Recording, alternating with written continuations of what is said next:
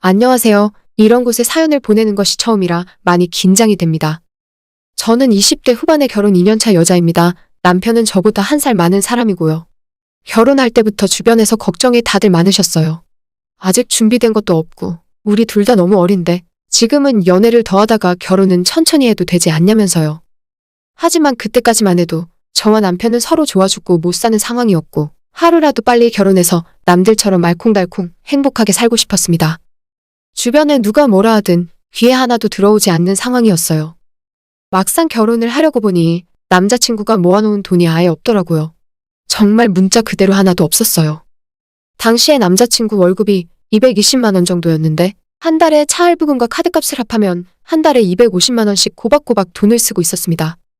그 모자란 건 시부모님이 조금씩 보조해주는 상황이었고요. 그러다 보니 사회생활 시작한 지 4년이 넘은 남자친구였지만 모아둔 돈은 하나도 없었고 저는 그때까지만 해도 그게 그렇게 심각한 일인 줄 몰랐어요. 데이트할 때 남자친구가 항상 돈도 많이 내고 기념일에 제게 비싼 선물도 자주 사주었기 때문에 이렇게 계속 둘 다 돈 벌고 모자란 점은 서로 채워주면서 살면 되겠구나 싶었어요. 반면에 저는 저희 부모님께서 제가 회사 다니며 돈 벌기 시작할 때부터 월급의 반을 엄마가 강제로 통장에 넣으셨어요. 나머지 반은 제가 용돈을 쓰던 뭐라던 전혀 터치하지 않았는데 반드시 월급의 반은 엄마가 받아서 따로 적금 통장에 넣으셨습니다. 그게 유일한 룰이었고 제가 그걸 따르지 않으면 집을 나가라고 하셨어요. 덕분에 제가 시집갈 나이에 통장에 8천만 원이라는 거금이 모여 있었고 그 돈에 대출을 받아서 신혼집을 전세로 구할 수가 있었습니다. 남편이 아예 아무것도 없이 들어온 것은 아니고 결혼할 때 시아버지가 혼수나 필요한 것을 맞추라고 하시면서 1,000만 원을 주셔서 그걸로 어느 정도 기본 살림 필요한 건 갖추고 시작할 수 있었어요. 풍족한 상황은 아니었지만 그래도 우리 나이에 이 정도로 출발한다면 금방 돈 모으고 집 사서 행복하게 살 줄로 알았죠. 남편도 결혼한 뒤로는 돈 관리 제게 맡기면서 용돈 받아서 쓴다고 약속했습니다. 신혼 초반에는 남편의 카드를 다 뺐고 용돈으로 30만 원씩 줬습니다. 출퇴근하는 차 기름값은 따로 챙겨줬고 용돈 30만 원을 줬고 저도 마찬가지로 대중교통 타고 출퇴근하면서 용돈은 30만 원을 썼어요. 그렇게 하고 나니 돈이 조금 모이는 것 같더라고요. 저는 결혼하길 정말 잘했다는 생각이었고 생각보다 결혼 생활이라는 게 어려울 게 별로 없구나 싶었습니다. 하지만 재작년에 세계적으로 큰 문제가 생기면서 남편이 다니던 회사도 점점 어려워지기 시작했어요.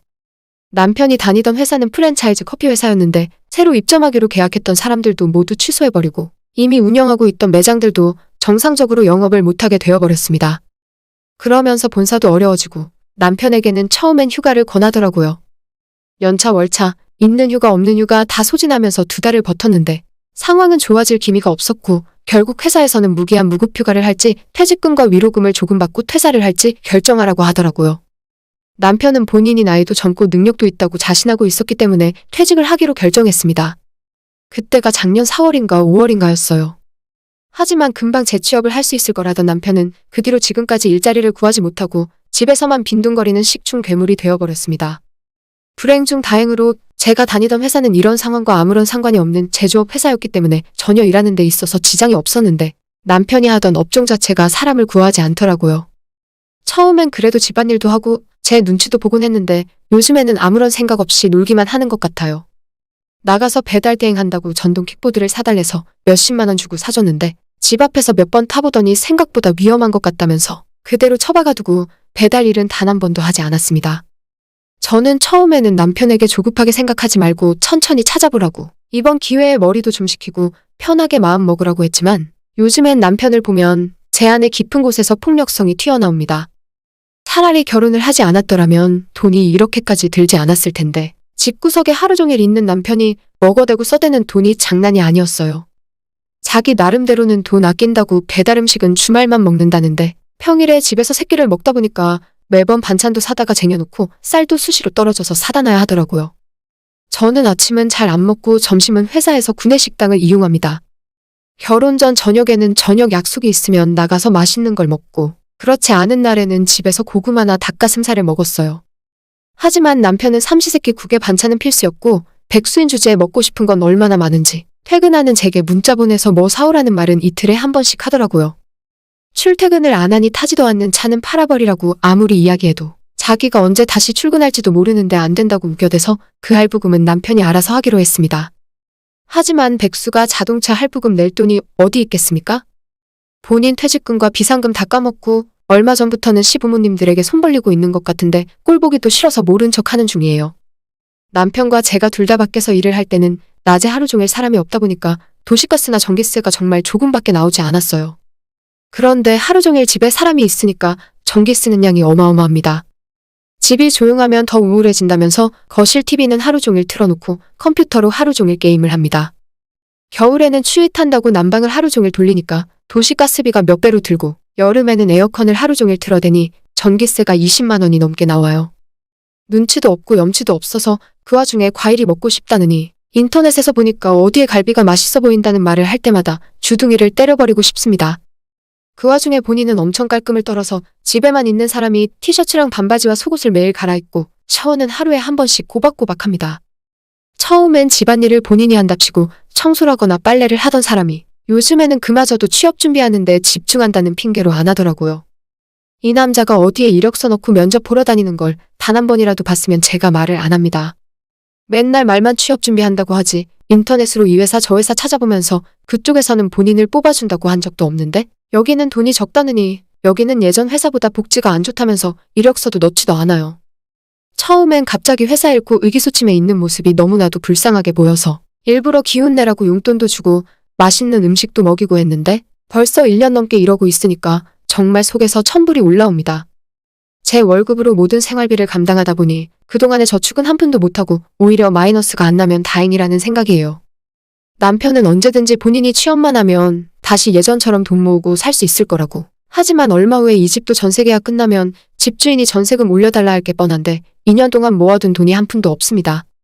이 상황이 너무나도 답답하고 한심해서 더 이상은 같이 못 지내겠다고 말했어요.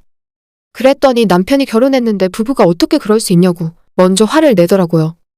서로 어려울 때 기다려주고 이해해줘야 하는데 저보고 이해심이 없다네요.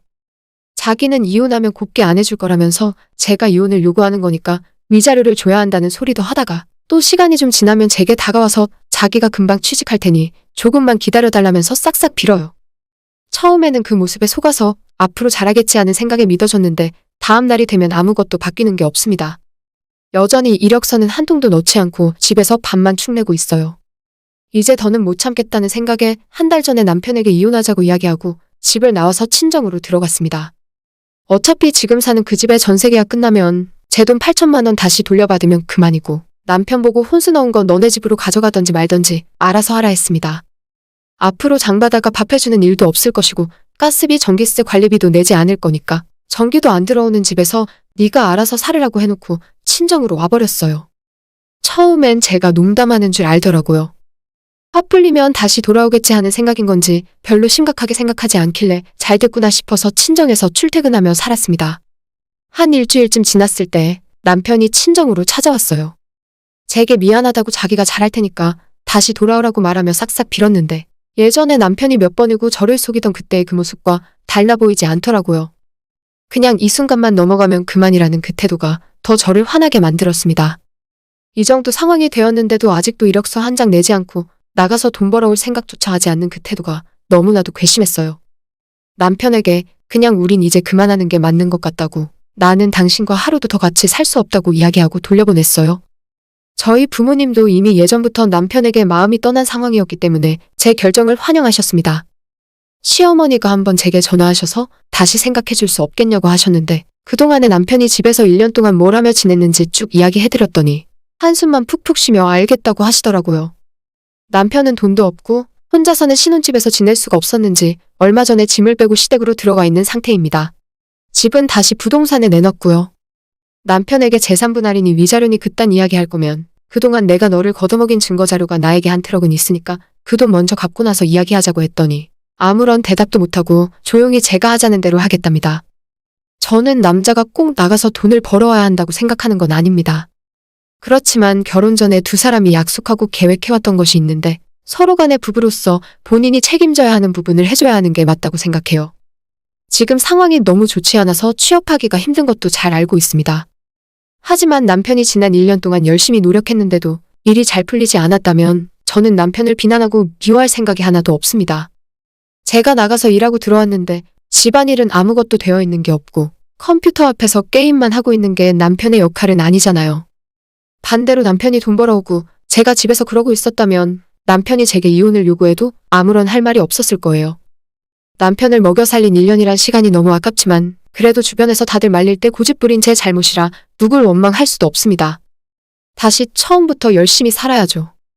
결혼이라는 게 너무 쉽게 생각할 일이 아니라는 걸 깨달았고 어떤 사람은 책임감이 아예 없을 수도 있다는 걸 알게 되었어요. 인생에 좋은 공부를 1년 동안 했다고 생각합니다. 앞으로는 조금 더 어른들의 말에 귀 기울이고 현명한 선택을 할 수 있는 제가 되었으면 하는 바람입니다. 제 이야기가 혹시라도 결혼을 생각하고 있는 분들에게 조금이나마 도움이 되었으면 하는 생각으로 이 글을 쓰게 되었습니다. 오늘의 사연은 여기까지입니다. 구독과 좋아요, 알람 설정 부탁드려요. 다들 행복하시고 좋은 하루 되세요.